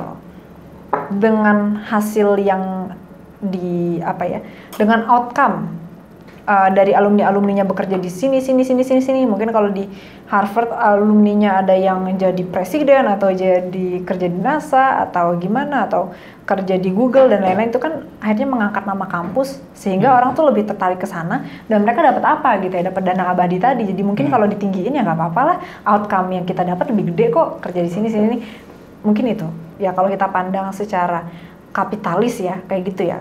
Tapi kan masih banyak perspektif alternatif lainnya yang mungkin bisa kita pahami dari kenapa orang kenapa kampus-kampus itu bangga kalau alumninya kerja di mana, company tertentu. Mungkin secara psikologis, perspektif psikologis ada lagi jawabannya seperti itu. Jadi ya ini banyak jawabannya ya, mungkin teman-teman bisa mengungkapkan opininya, mengemukakan di kolom komentar di bawah, coba ya. Nanti kita diskusikan lagi seperti itu. Nggak, artis ada nggak yang pernah satu SMA sama Astrid tuh? Senior Astrid atau siapa? Aduh, banyak ya. Banyak. Itu masuk akreditasi nggak? Maksudnya? Maksudnya didata nggak sama sekolahan? Setahu saya kalau di SMA itu sekolah hanya mendata yang lulus di mana gitu? Yang lulus di mana dan masuk universitas apa. Jadi alumninya yang jadi apa nggak ada? Nggak ada. Tidak ada? Nggak ada. Jadi cuma ketika lulus di data ini masuk universitas ini udah dan selesai. Kecuali mungkin kalau lagi saya nggak tahu ya, mungkin aja ada acara yang namanya temu alumni atau segala macam. Terus ya ada alumni yang datang terus dikasih label ini alumni tahun segini, sekarang kerjaannya apa, kayak gitu mungkin. Oh seperti itu? Iya mungkin seperti itu. Tapi setahu saya sampai sekarang hanya sebatas ketika lulus kita masuk universitas mana dan itu dicetak dalam lembaran kayak gitu. Oh seperti itu. Gitu. Jadi penghargaannya sebatas itu ya? Iya. Ya bahkan universitas-universitas sekarang promosi di ini juga yang dipajang mahasiswa-mahasiswa yang cantik ya? Nggak tahu sih. Saya kalau suka lihat gitu di browser. Bukan cantik Pak, tapi good looking. Good looking. Apa bedanya cantik sama good looking? Good looking itu jadi ya enak dipandang aja. Enak dipandang. Cantik apa? Ya. Kalau cantik kan apa ya? Fisik gitu. Coba kalau good looking, kalau cantik itu kan relatif. Cuma kalau good looking itu relatif juga. Bukan relatif, tapi ya enak aja dipandang gitu. Ya relatif juga berarti enak dipandang menurut siapa? Artinya kenapa bukan mahasiswi atau yang berprestasi gitu yang dipajang gitu ya, yang dipasang gitu ya? Nah berprestasi juga beda lagi. Ada misalnya ya Kak Adri berprestasi, tapi profesor yang nggak suka sama Kak Adri menganggap ini anak nggak berprestasi nih, gitu kan? Banyak tuh banyak. Jadi itu yang saya bilang tadi, nggak ada yang namanya kebenaran relatif, nggak ada Betul. yang kebenaran absolut, semuanya kebenaran relatif. Betul. Nah, Seperti itu. ini kan menarik. Jadi maksud saya itu adalah konsep iklan di situ. Jadi saya lihat kampus itu seperti iklan, memasang Iya. iklan dengan memasang foto-foto yang cantik-cantik itu ya. Jadi sepertinya kampus ini, banyak kampus-kampus swasta itu cuma cari profit. Jadi bukan berdasarkan benar-benar loh dia ingin mengabdi untuk pendidikan masyarakatnya gitu. Jadi seperti jualan gitu. Iya, sebetulnya iklan-iklan yang coba untuk dipromosikan oleh kampus-kampus ini juga ya kan sesuai dengan demand dari masyarakat seperti apa. Targetnya kan berarti anak-anak SMA yang baru lulus misalkan gitu kalau kampus. Dan kita telah lama dicuci otaknya bahwa orang yang mungkin good looking, cantik ya relatif, atau ganteng ya relatif juga, atau pinter itu juga relatif juga. Mungkin terlihat pinter ya, kalau di spanduk kan kita nggak tahu kepintaran orang gimana, tapi terlihat pintar gitu kan. Itu akhirnya dipajang seperti itu. Karena itu akan menimbulkan suatu kebanggaan atau gengsi tertentu bagi si kampus tersebut. Seperti itu. Nah, kalau bisnis dalam dunia pendidikan menurut Aset bagaimana? Ada lah. Perlu nggak? Bisnis Menggaji ini membayar ustadz dengan bayaran yang mahal perlu nggak? perlu. Tapi dengan meningkatkan bayaran, Meningkatkan SPP, bayaran. SPP. Tergantung ya tingkat inflasi kita gitu kan, karena tentunya pekerjaan dosen itu profesi tapi juga pekerjaan. Bagi orang-orang yang kerjanya aktivitasnya itu hanya mengajar seperti dosen gitu kan, pasti mereka punya keluarga yang butuh untuk dihidupi seperti itu. Make sense kan apa yang didapat? Karena gini, kalau dulu saya pernah dapat seminar tentang world class university, bahwa suatu kampus dikatakan world class university, salah satu syaratnya ya, dia hanya mengambil 20%. Maksudnya pendapatan kampus itu hanya mengambil 20% dari SPP. Jadi saya tuh bingung, kenapa di Indonesia itu banyak embel-embel world class university? Nah itu. Apa sih maksudnya? Jadi artinya suatu kampus itu harus bisa punya badan usaha. Jadi hanya badan usaha tersendiri, sehingga dia hanya mengambil 20% dari SPP. Jadi artinya bayarannya tidak usah besar-besar gitu. Misalnya ada di suatu negara, misalnya dia punya bandara sendiri, kampus punya bandara. Jadi untuk kebutuhan publik, pelayanan. Nah, pelayanan gitu. publik, ada juga yang punya mall ya di situ. Nah, keuntungan itulah buat kampus. Yeah. Dan sisanya hanya untuk mahasiswa itu. Bayaran mahasiswa itu aja murah lah di situ. Sedangkan di kampus-kampus sekarang lebih banyak bertumpu pada bayaran mahasiswa. Sehingga ketika mahasiswanya sepi, stres kan yang punya yayasan. Aduh, yayasan sepi nih gitu. Akhirnya tidak ada gimana nih yang masuk sedikit gitu. Akhirnya banyak stres itu. Banyak yang curhat-curhat sama saya juga gitu. Nih yang sekolah di sini sepi itu. Karena mereka hampir 70% itu pendapatan dari sekolah itu atau universitas itu dari bayaran. Akhirnya banyak-banyakan siswa di situ. Nah, sedangkan di luar negeri itu world class university syaratnya hanyalah cukup 20% dan sisanya harus punya badan usaha sendiri. Emang di luar negeri ada embel-embel world class? Ada, katanya begitu. Jadi harus ada mahasiswa asing datang ke kampus itu dan juga ada dosen dari asing yang dari universitas lain yang di luar negeri yang mengajar di situ juga. Itu katanya baru bisa katanya world class university. Iya, ya sebenarnya gini. Coba Astrid coba mengkritik world class university itu bagaimana? Ini ada kepentingannya dia. Gini, sebenarnya saya juga bingung ya, apa sih embel-embel world class university yang ada di Indonesia ini apa? Karena setahu saya di luar negeri itu mungkin saya nggak tahu juga. Kurang gaul juga, cuma setahu saya nggak ada embel-embel world class university itu. Dan kalau indikatornya harus ada mahasiswa asing dan dosen yang warga negara asing masuk ke universitas di sini dan mengajar gitu, aktif di sini, ya kan sebetulnya itu esensinya adalah kemajemukan. Kenapa kita Bhinneka Tunggal Ika loh gitu. Dari Sabang sampai Merauke banyak etnis-etnisnya. Kenapa nggak kita coba untuk menggabungkan ada program beasiswa khusus, misalkan afirmasi dari Indonesia Timur, Indonesia Barat, Pulau Kalimantan dan segala macam, itu kita gabung di kampus kita gitu. Kejauhan gitu kalau menurut saya, kalau berpikir kita jadi world class university. Jadi archipelagic university aja dulu deh. Kita kan negara kepulauan tuh gitu kan. Jadi state class university yang bener dulu deh gitu. Gitu kalau menurut saya. Kalau esensinya untuk apa ya, munculkan yang namanya kemajemukan seperti kan gini. Kalau di Amerika sendiri itu setahu saya universitas itu baru dibilang oke lah ya kalau dia tuh majemuk, multikultur. Gak hanya dari segi intelektualitasnya aja, dari indikatornya mungkin penelitian gitu-gitu kan, tapi juga berapa banyak sih acceptance rate bagi orang-orang yang mempunyai kewarganegaraan non Amerika Serikat misalkan kayak gitu, dan etnisnya itu apa, rasnya apa, kayak gitu kan, gitu loh. Karena kita sekarang nggak bisa hidup di ini era dimana semua orang itu harus bisa equal gitu loh. Semua orang itu bisa harus setara dan mempunyai akses seharusnya mempunyai akses ke banyak hal itu secara bebas. No matter race kalian itu apa, tingkat pendidikan kalian itu apa, kan seperti itu. Kayak gitu, kalian tinggal di mana, kayak gitu. Jadi konsep pendidikan di Indonesia ini sebenarnya world class university ini mungkin nggak sih di Indonesia ini? Balik lagi, world class university itu apa? Kalau misalkan tidak bisa menjadi archipelagic university, archipelagic class university, nggak usah ngomong world class university dulu gitu loh.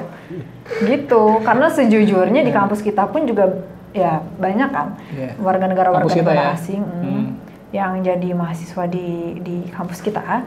Cuma ya yang saya bingung, teman-teman yang WNI-nya itu terpusat di Pulau Jawa aja kebanyakan, atau mungkin Pulau Sumateranya ya dari Sumatera Barat gitu-gitu. Maksudnya daerah-daerah yang mungkin banyak warganya tuh di Jakarta gitu loh. Nggak pernah ada yang dari Indonesia Timur saya lihat gitu. Jadi nggak ada kemajemukan di situ. Papua gitu. ada, Timur pernah ada. Pernah ada kan, tapi nggak selalu ada. Tapi kalau dari luar negeri itu banyak, selalu ada. Bahkan iya sampai beranak-anak di situ kan. Nah iya, jadi ya menurut saya harus dievaluasi lagi ya. Gitu. Bener. Atau geng Papua juga kurang banyak. Misalnya mahasiswa dari Papua gitu ke kampus-kampus kita itu juga mungkin kalah banyak dengan yang dari Thailand, dari Filipina atau dari Somalia ya.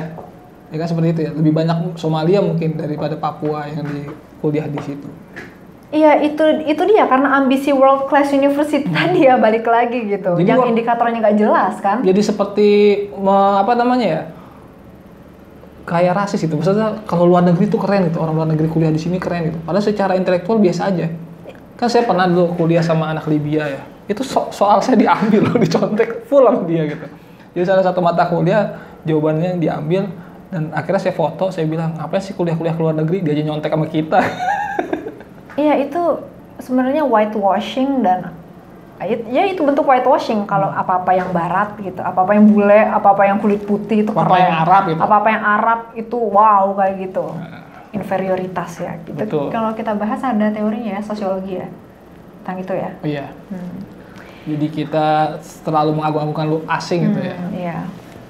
Ya, minder dengan budaya, inferior dengan budaya kita sendiri gitu kan. Iya.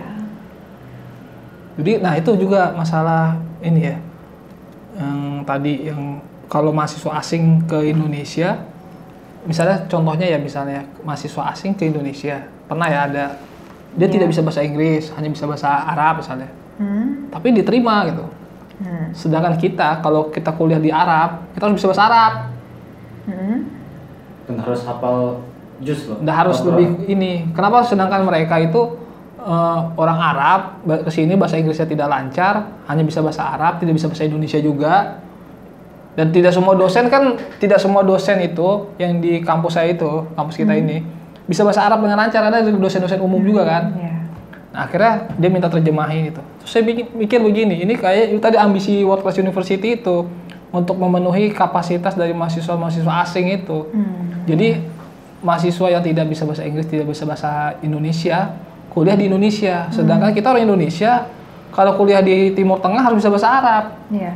Tapi sebetulnya ya kalau di kampus kita yang sebelumnya dulu ya, saya punya teman dari Afghanistan, dia nggak bisa bahasa Inggris, dia nggak bisa bahasa Indonesia, tapi dia kuliah di kampus kita yang ada di Jakarta. Apa di Tangerang Selatan? Tangerang Selatan ya. Ciputat. Ciputat. Ya pertengahan lah antara Jaksel dan Tangsel gitu. Iya. Jadi itu nggak sepenuhnya valid. Tapi yang mau saya kritisi adalah kenapa kita harus bisa bahasa Inggris untuk bisa kuliah di luar negeri misalkan kayak gitu. Kenapa indikatornya bahasa Inggris? Misalkan kita mau kuliah di Jepang, atau jangan di Jepang deh. Misalkan kita mau kuliah di mana ya, Belanda deh gitu. Kita mau kuliah di Belanda yang perkuliahannya memakai bahasa Belanda misalkan kayak gitu. Tapi kita harus menyertakan yang namanya sertifikat TOEFL atau IELTS. Kan nggak nyambung gitu. Inferior lah, itu bisa menunjukkan bahwa kita ini sebenarnya inferior. Kalau menurut saya jawabannya nggak hanya itu. Pertama ya sebetulnya kan bahasa Inggris sudah menjadi bahasa yang diakui oleh PBB sebagai bahasa dunia, seperti itu kan. Among others sih sebenarnya ada bahasa lain seperti Prancis, Spanyol, bahasa Cina, bahasa Arab juga diakuin oleh PBB. Cuma kenapa orang yang nah ini juga akses ke pendidikan itu balik lagi sekarang kenapa hanya kepada orang yang harus bisa bahasa Inggris seperti itu gitu. Banyak kok kita lihat pemikir-pemikir yang keren, yang pemikirannya itu dipakai bahkan diadopsi sama inventor-inventor yang lain dan dia nggak pakai bahasa Inggris gitu. Kayak Ibnu Khaldun. Ya, Ibnu Khaldun. Ya, dia nulis Muqaddimah pakai bahasa Arab kan? Iya. Kayak gitu. Iya, jadi kita butuh perspektif. Bahkan dia menjadi referensi bapak sosiologi, antropologi dunia ya kan? Iya. Iya. Sudah diakui sebelumnya kan August Comte. Iya, betul. Jadi yang saya heran adalah kenapa orang mau mengagung-agungkan yang namanya bahasa Inggris kayak gitu. Justru harusnya kita yang merasa pede gitu loh. Orang Amerika, orang Inggris dia hanya mengerti bahasa Inggris aja gitu loh. Nggak bisa bahasa lain. Sementara kita orang Indonesia, kita bisa bahasa Indonesia, mungkin kita bisa bahasa Jawa, bisa bahasa Minang, dan kita juga menguasai yang namanya bahasa Inggris atau bahasa asing yang lain seperti itu. Kan banyak juga profesor-profesor yang ke Indonesia justru dia belajar bahasa Indonesia, belajar bahasa Jawa gitu kan. Di era-era tahun 80-an itu ya, Greg Barton itu gitu kan, Greg Philly, itu kan mereka kan orang-orang yang bisa bahasa Indonesia semua gitu. Benedict Anderson, wah itu luar biasa. Sidney Jones ya, mereka bisa bahasa Indonesia semua gitu, bisa bahasa Jawa. Peter Carey yang membuat banyak buku tentang Diponegoro. Ya, Diponegoro itu 30 tahun penelitiannya. Nah, tapi sekarang kalau kita lihat mereka tuh sangat menghargai gitu. Mereka belajar huruf Jawanya segala macam. Tapi sekarang banyak mahasiswa asing ke Indonesia justru ya tadi itu dia tidak cuma bisa bahasa Arab gitu. Naam. Cuma gitu-gitu doang, cuma pakai bahasa Arab. Akhirnya kan saya juga kaget ada beberapa dosen yang latar belakangnya itu bukan ini ya. Bukan pesantren, bukan dari UIN tapi dosen dari kampus lain gitu kan. Dan dia tidak bisa bahasa Arab. Akhirnya orang itu protes, yang orang Timur Tengah ini protes katanya saya tidak mengerti gitu. Akhirnya dipanggil, tolong jelasin yang bisa bahasa Arab. Saya ngomong jelasin ke dia gitu. Nah, itu seperti itu terjadi itu. Seharusnya kan mereka bisa bahasa Indonesia ketika dikirim ke Indonesia ini kan. Nah, ternyata tidak bisa bahasa Indonesia. Tidak bisa bahasa Indonesia, tidak bisa bahasa Inggris juga. Cuma tahu terima kasih saja gitu. Terus menurut Kadri, baiknya seperti apa? Baiknya memang Indonesia ini harus agak berubah ya. Jadi syarat orang untuk kuliah di sini adalah ya harus bisa bahasa Indonesia. Lama-lama kan menjadi bahasa internasional kita. Kalau kita ke Rusia aja harus kursus dulu 1 tahun kan. Di Rusia orang ke Cina misalnya ya harus kursus dulu 1 tahun. Tapi di Indonesia gitu juga loh. Temanku yang orang Gambia harus kursus Indonesia dulu bahasa setahun. 1 tahun. Bahasa Indonesia. Mungkin beda kampus, beda regulasi ya.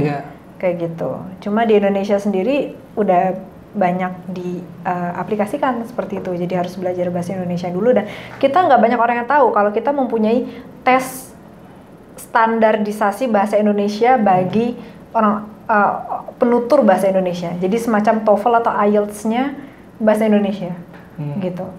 Nah itu susah loh. Maksudnya orang Indonesia sendiri pun sebetulnya tidak terlalu mengenal bahasanya, kayak gitu. Berapa banyak orang yang belum bisa membedakan di sebagai imbuhan dan di untuk menunjukkan kata tempat. Kan masih banyak loh gitu. Seperti itu. Dan orang Arab juga begitu. Orang Arab itu ketika orang Indonesia ke sana juga kaget-kaget mereka ini bahasa purba, bahasa-bahasa yang terlalu sastra gitu ya. Orang Indonesia belajar bahasa Arab, ternyata di Arab itu juga bahasanya masih kasar lah, cenderung kasar gitu. Itu juga terjadi sebenarnya. seperti itu. Tapi kan kita belajar juga akhirnya. Iya. Tapi sebetulnya kalau kita bicara tentang linguistik itu ya saya tidak terlalu paham, cuma banyak sekali kata-kata dalam bahasa Indonesia ini serapan dari bahasa Melayu, bahasa Arab, bahasa Portugis, dan bahasa Belanda. Seperti itu. Jadi ya semuanya sebetulnya terkoneksi. Cuma ya itu dia pada akhirnya akan tercipta variasi-variasi baru gitu sehingga terbentuk yang namanya bahasa Indonesia. Kayak gitu. Kayak bahasa Arab dari Senin, Selasa, Rabu, Kamis, Jumat, Sabtu itu kan bahasa Arab semua kan? Kecuali Minggu. Kenapa Minggu itu beda? Karena saat zamannya Portugis menjajah Indonesia dulu itu mereka ke gereja setiap hari Minggu. Mereka sebutnya Domingo. Gitu. Akhirnya jadi Domingo. Seperti itu. Ya, terus banyak sekali bahasa-bahasa Belanda yang terserap di kita. Kayak misalkan spoor, kereta. Itu kan bahasa Belandanya spoor. Atau kulkas juga ya? Kulkas itu bahasa Belanda juga ya. Kayak gitu. Banyak. Bangku juga ya. Bangku itu Portugis apa Belanda ya? Portugis ya, Portugis. Banyak bahasa Portugis yang di kita. Iya. Ya, maksudnya dari sini kan sebenarnya dengan kita menerima banyak mahasiswa asing yang harus bisa berbahasa Indonesia.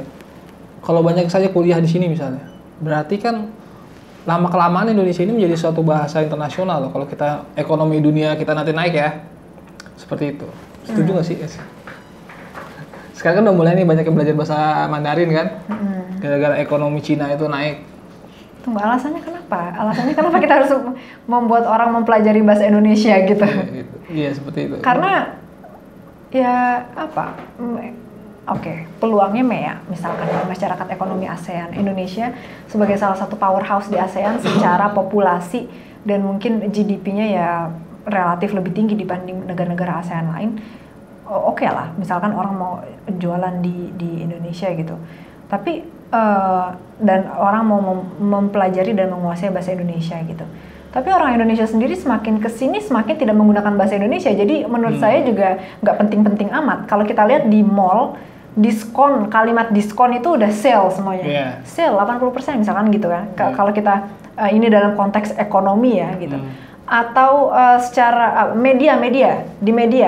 Dulu itu di tahun 2006-an itu saya masih lihat kalau nonton TV dan siarannya itu langsung, tulisannya itu di pojok kanan atau pojok kiri atas itu langsung. Sekarang itu selalu live. Jadi banyak sekali hal-hal yang dibuat asing istilahnya di Indonesia. Gawai. Ya, gadget jadi gawai, laptop, komputer jinjing jadi laptop. Cuma nggak hanya di Indonesia sih, sebetulnya di negara-negara lain juga banyak sih terjadi seperti itu, kayak gitu. Cuma ya itu dia ya. Kalau menurut saya tidak ada suatu keharusan yang harus banget gitu ya untuk mempelajari bahasa Indonesia kalau dalam konteks ekonomi orang mau jualan di sini. Seperti orang di Cina mungkin ya, kalau orang mau mempelajari sejarahnya Cina gitu mungkin oke lah dia belajar bahasa Cina, tapi ya secara perdagangan mereka nggak terlalu penting, apalagi di zaman sekarang ya revolusi 4.0 gitu, nggak gitu penting lah untuk mempelajari bahasa Cina karena semakin kesini kita punya inovasi yang namanya robot Sophia ya, yang bisa ngomong pakai banyak bahasa gitu, kita tinggal ngomong kayak gitu sih. Oke, Asri, terakhir mungkin pertanyaan dari saya. Ini kan kita masuk istilah artificial intelligence ya, 4.0 tadi itu, revolusi industri 4.0.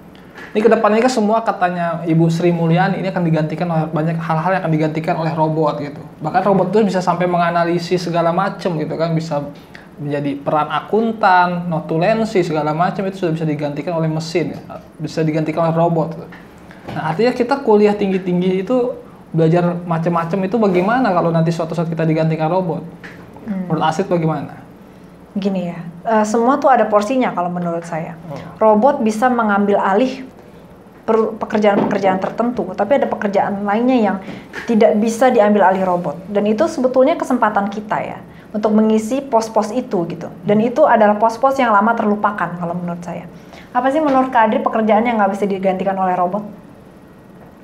Coba, satu aja. Itu sosiolog.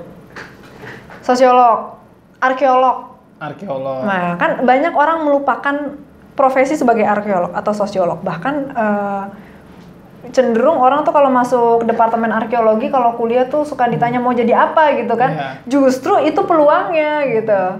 kita sebagai negara dengan sejarah yang sangat ekstensif dan pasti banyak penemuan-penemuan purbakala yang belum terlalu diteliti gitu, itu bisa jadi kesempatan kita. Robot nggak bisa loh. Betul.